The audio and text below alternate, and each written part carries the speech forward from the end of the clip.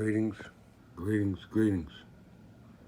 It's a pleasure of being here today on this joyous day, my degree day, my birthday, which is today, January the 14th, 1970, which is the nature and reason for this particular lesson.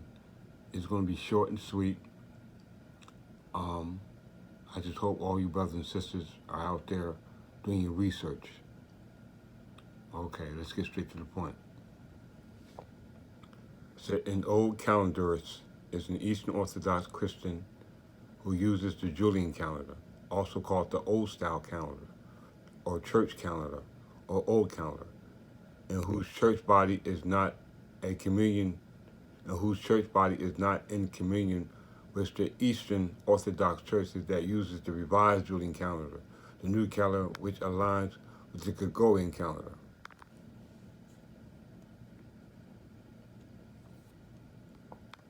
Most churches which use the old Julian calendar are not old calendarists. They remain in communion with the Eastern Orthodox churches that use the new calendar, the revised Julian calendar. Thus, to be old calendarists or old calendar, it is not the same thing as being on the old calendar. The Russian Orthodox Church, for instance, is not the old calendarist or old calendar, but it is on the old calendar. There are a great many Eastern Orthodox churches who are or who belong to churches that are on the old calendar, but the far fewer in number are the Eastern Orthodox Christians who are old calendar or old calendarists. Okay? So they're trying to say that there's a difference between the old style calendar and the calendar that's being revised under the Gregorian calendar, which was created by Pope Gregory the 15th in 1852. Okay? But they call this the old style calendar. The old calendarist is the Eastern Orthodox Christians who use the Julian calendar. Now, the Gregorian New Year is January the 14th. The Gregorian New Year is January the 1st. The old Julian calendar is January the 14th, my birthday. So now, let's hit the Julian calendar real quick, just to get a breakdown. Okay? All right. The Julian calendar proposed by Julius in 708 was a reform of the Roman calendar. It took effect on the 1st of January by edited. It was designed with the aid of Greek mathematicians and Greek astronomers such as Sosigenes of Alexandria. Okay? Now let me scroll down here and just bring it to the meat.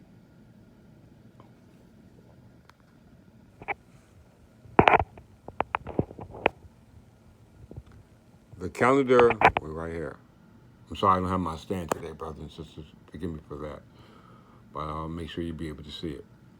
The Julian the calendar was the predominant calendar in the Roman world, most of Europe, and the European settlement in the Americas and elsewhere, until it was gradually replaced by the Gregorian calendar, promulgated in 1582 by Pope Gregory the 13th. The Julian calendar is still used in part of the Eastern Orthodox Church. You hear that? And is part of the Oriental Orthodox as well as by the Berbers. I'm going to say it again. Pope Gregory the 13th created the Gregorian calendar. But it says the Julian calendar is still used in part of the Eastern Orthodox Church. And it is part of the Oriental Orthodoxy as well as used by the Berbers. Do you see that? So it's showing you here that the Berbers, or the Orthodox Church, or Eastern Orthodox Church, means the true church, were used by the Anglo-Saxons who were Berbers. Okay? So let's get into the meat of this. Let's go back out here. Once again, I apologize for not having my stand. It makes it kind of difficult to do this like I wanted to do it. I just got to type something in.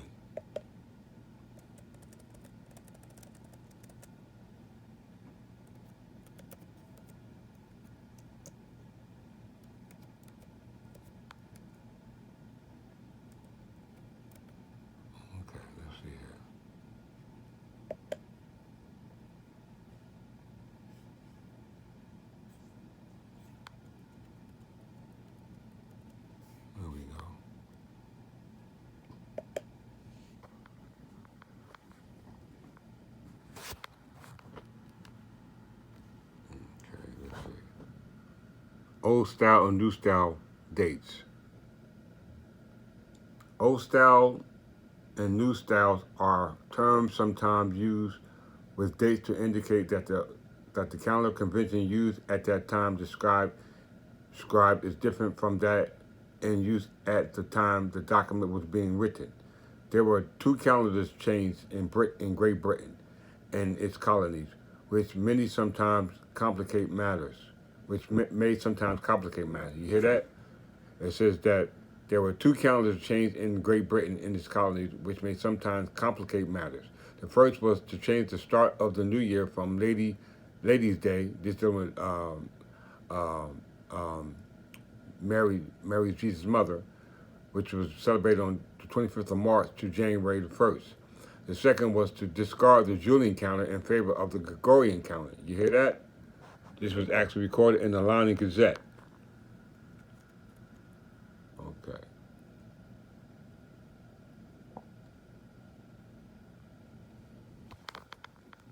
Beginning in 1582, the Gregorian calendar replaced the Julian in Roman Catholic countries.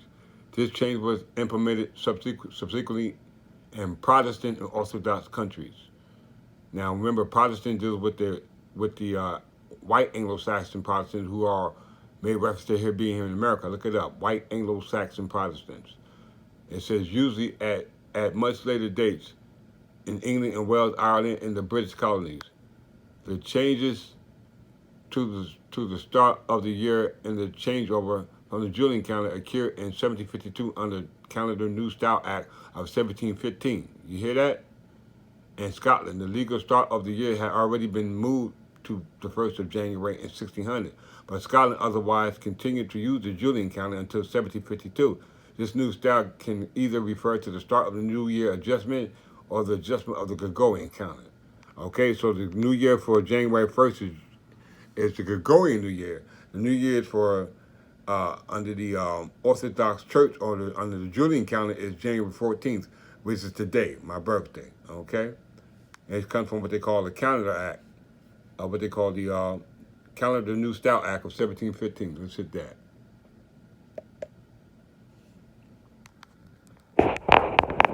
Okay, the Calendar New Style Act of 1750, also known as the Chesterfield Act, after Philip Stanhope, 4th Earl of Chesterfield, was an act of the Parliament of Great Britain. You hear that? It was an act of the Parliament of Great Britain. All right. The act had two parts. First, it reformed the calendar of England and the British dominions so that the new legal year begins on January 1st, rather than the 25th of March, dealing with Lady Day. And the second, the Great Britain and its dominions adopted, in effect, the Gregorian calendar as already used in most of Western Europe. Not England, Western Europe. Let's go back here. One second.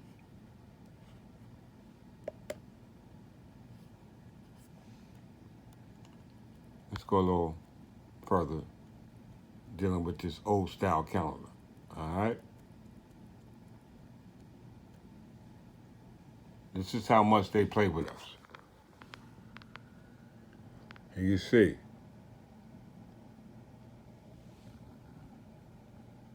they're all sitting around, getting it in, thinking of a master plan, how they can steal the history of us as Anglo-Saxon or the English people who celebrated New Year on January 14th and not January the 1st.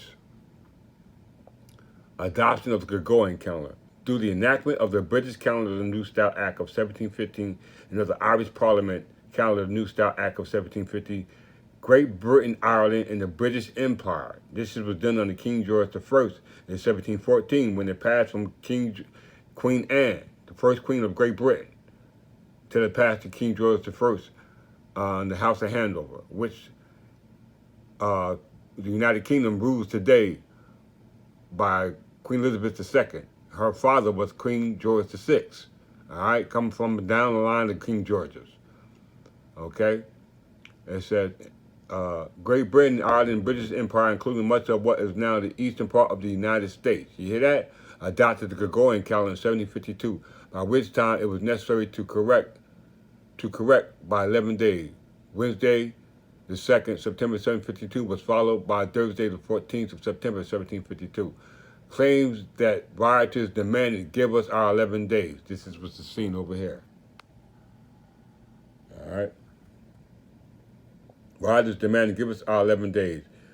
Grew out of a misinterpretation of the painting by William Hogarth. The British tax year traditionally begin on the Ladies' Day, the 25th of March, on the Julian calendar, and this became the 5th of April, which was the New Style equivalent.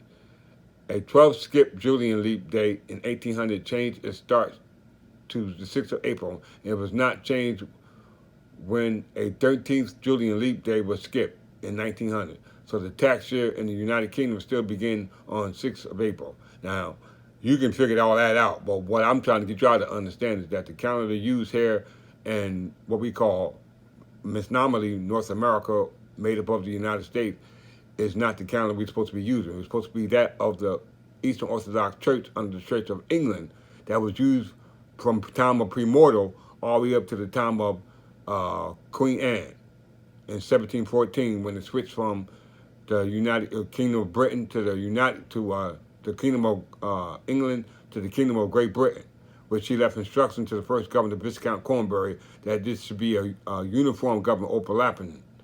You know what I'm saying? Following the same traditions passed down by the church under the state church ruled under the New Jersey Provincial Council, right? Which was ruled by the Kingdom of England. All right. Let's go ahead a little further, come to my closing.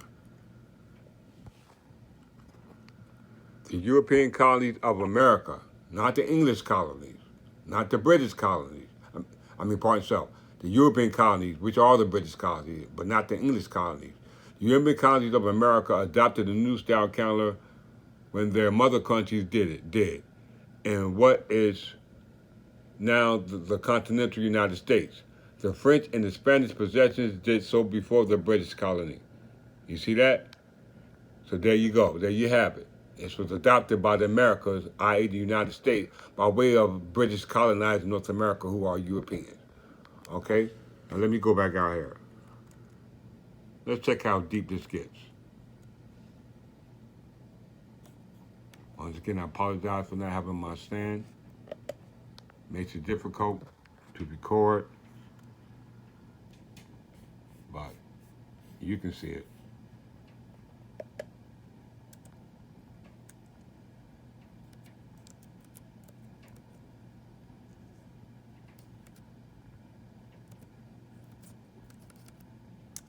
I bet you none of y'all ever knew this existed. Let's break down the science. All right, Anglo-Saxon. This article is about the social-political concept encompassing developed nations where English is the primary language. For other nations where English is an official language or widely spoken, see English-speaking world. All right, here you see here. You see a map of North America and all the other continents, but the dark, black colorization is based off or encompasses what they call the Anglo-Saxon. The Anglo-Saxon is a group of English-speaking nations that share common cultural and historical ties to the United Kingdom. All right, they're talking about the Commonwealth. So it says the Anglo-Saxon is a group of English-speaking nations that share a common cultural and historical ties to the United Kingdom. This is rooted on the Kingdom of Great Britain, or United Kingdom now, which was passed by Queen Anne to King George I. It said in which today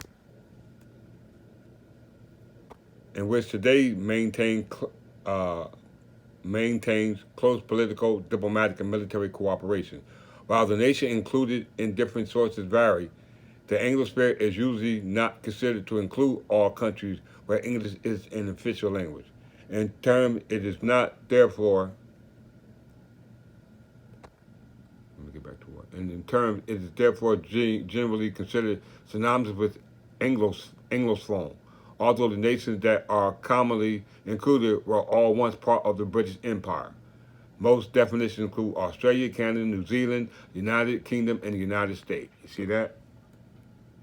Now you have another map here. Now you see the difference in colorization. All right. So now we're going to see which part belongs to the Commonwealth under the jurisdiction of the United Kingdom, ruled by Queen Elizabeth II, and that which belongs to what? The Kingdom of England, which still exists today. You see the dark skin, what is the dark blue, light blue, and the medium dark blue. Okay, here you see United States. Here you see Canada. Here you see Ireland and Scotland.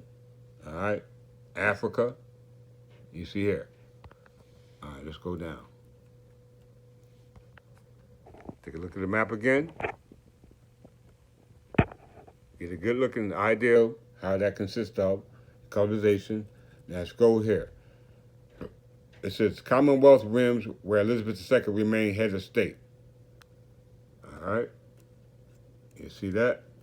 So that means here, here. Let's go back down. Commonwealth of Nations members all except Rwanda and Mozambique, formerly part of the British Empire. Now you get into Africa. You're here.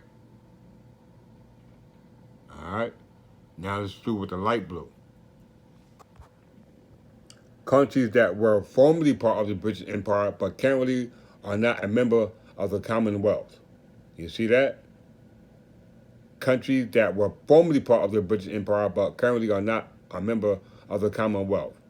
Being part of the British Empire, this was under Queen Anne, until it passed to the Kingdom of Britain under King George I, who are all part of the Commonwealth. All right?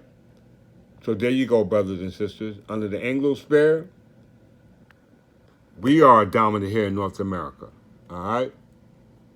One more point I want to bring to you guys. Give me 1 second. Let me find it.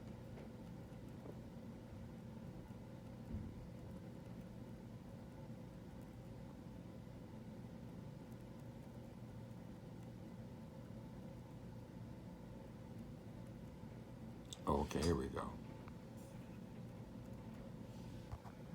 Culture. Due to historic links, the Anglo-Sphere countries share some cultural traits that still persist today. Market freedom is high in the United States, in the United Kingdom, and Australia and New Zealand, as all four share the Anglo-Saxon economic model, a capitalist model that emerged in 1970. 1970 was the year I was born, based on the Chicago School of Economics with origins from the 18th century of the United Kingdom. We know that the English Anglo-Saxon people are the founders of this, what we call economic model, which was deal with market of freedom. What is the market of freedom? Market of freedom, or free market. In economics, it's a free market is a system in which the prices for goods and services are self-regulated by the open market and by consumers.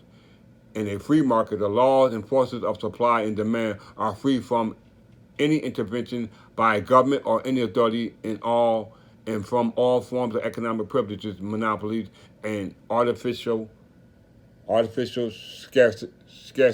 You see that? Do you see that? So under this Anglo-Sphere, what we call the United States of America, dealing with the 50 states, are not subject to what they call the Commonwealth under the Union of the Kingdom of Britain, started from King George I up to this day under the authority of Queen Elizabeth II of the United Kingdom. So we're free, but we have to go back to our mother country, or our mother name, which is the Kingdom of England, under jurisdiction on Jersey, under the House of Plantagenet. All right? So I prove to you right there, brothers and sisters, that January 1st was changed, brothers and sisters, by the New Style Calendar Act of 1750. And with that, I say peace.